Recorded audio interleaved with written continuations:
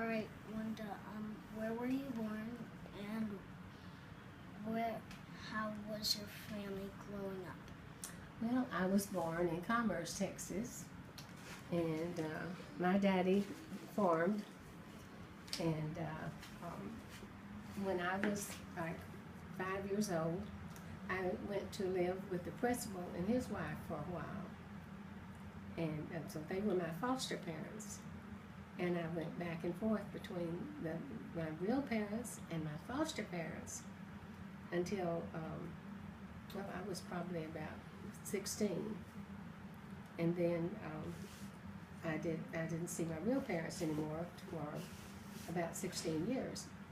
But then we reunited and we lived happily ever after. Good. Lila, you want to ask your question?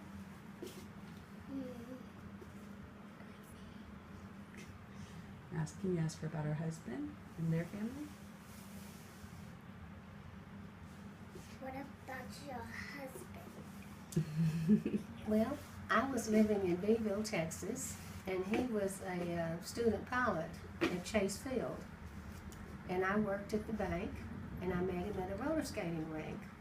Cool. And we knew each other 2.5 months when we got married. Wow. And then I went to work for an oil company, and he started being a policeman. How old were you, Wanda, when you got married? 24. 24. Yeah. Well, I was married previously, and I got married then. I was almost 17. I was 16. I'd already finished high school. But that lasted about 6 years, and that's Jimmy is my son from a previous marriage. But you wouldn't know it, unless you knew it, because Dale was a good father to him. And Dale wanted to go to college, and Beeville was a small town and didn't have a college.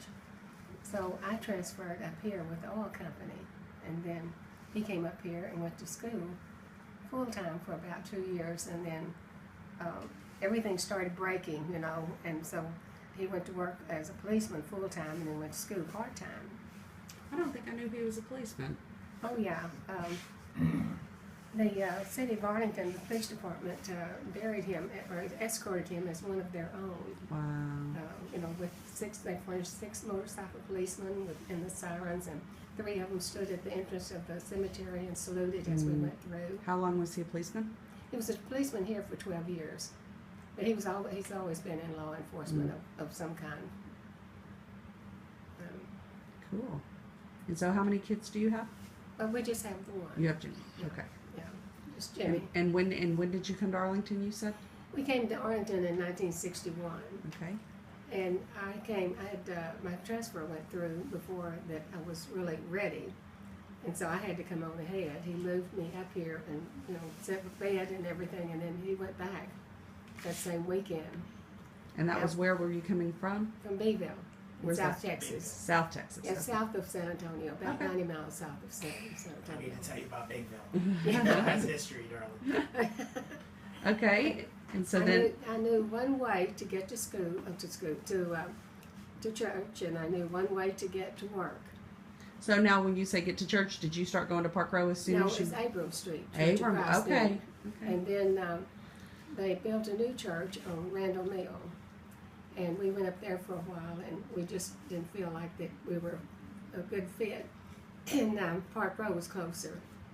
So we moved our membership to Park Row. And that was in what year? Oh gosh, I can't remember. Probably about 64 or 65, something like that. Wow, so you've been there a long time. A long time, yes, a long time. Do you have any fun memories of Park Row or of church? Oh, I have a lot of fond memories. We used to, we had a Sunday school class that, was very active, and we went to nursing homes over in Fort Worth and sang Christmas carols. And one man rolled his wheelchair up and listened for a minute, and then I guess we weren't doing very well because he rolled his wheelchair away. He turned around and left. He turned his back and left.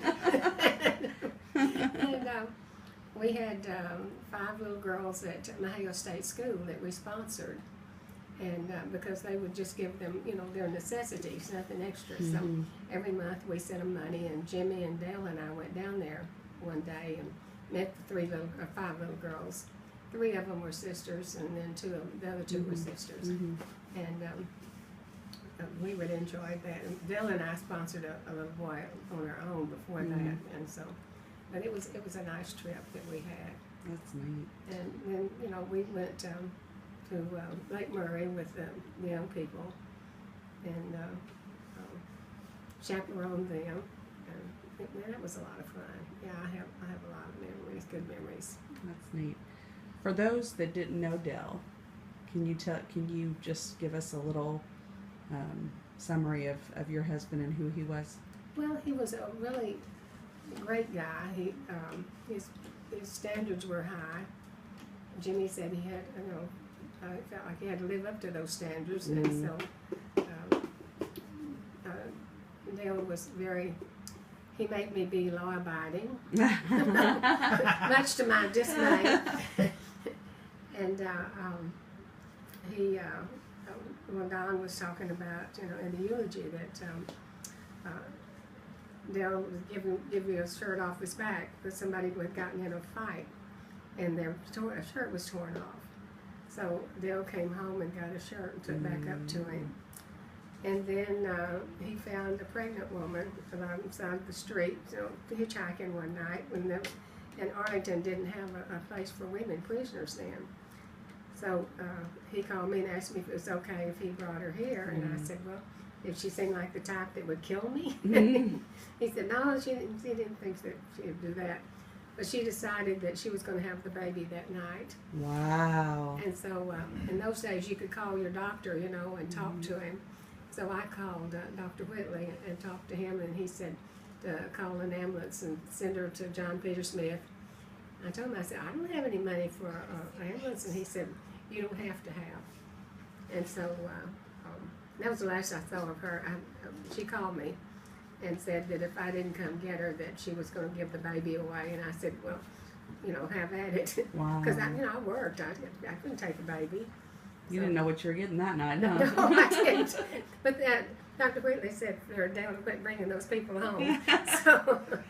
So that was the last encounter I had with somebody like that. I started to say a prisoner, but she wasn't a prisoner. Yeah. But he was just, an all-over good guy. Well, so just, I guess, final question. Tell me something about what you enjoy doing or what you do to pass the time. Me, myself? Well, I haven't had much time, in the last few years busy. Because, I've been right with Dale and taking care of him. So, and since he's not here anymore, I've been so busy with details, I just didn't realize that there's so many details, like legal things and everything that you have to go through. So I really haven't had any spare time yet. Yeah. So that's I'll to be determined. Yeah, to be determined. Now, I used to paint. Now, see, I painted, that picture and that picture. Oh. But, show the pictures. But I don't have time to do that anymore. When Dale retired, that ended that. I didn't have time to paint. Yeah. And so you might start that back up. I don't think so. No. You need to That's hang too out with much Betty. work. It's work. People say it relaxes them. It didn't me. You did it? No. Well, they're beautiful. Well, you'll have to get back to us and tell us what you decide to do. If I get any spare time, I'll tell you. All right. I'll probably try to clean house. Thank you, Wanda. You're welcome.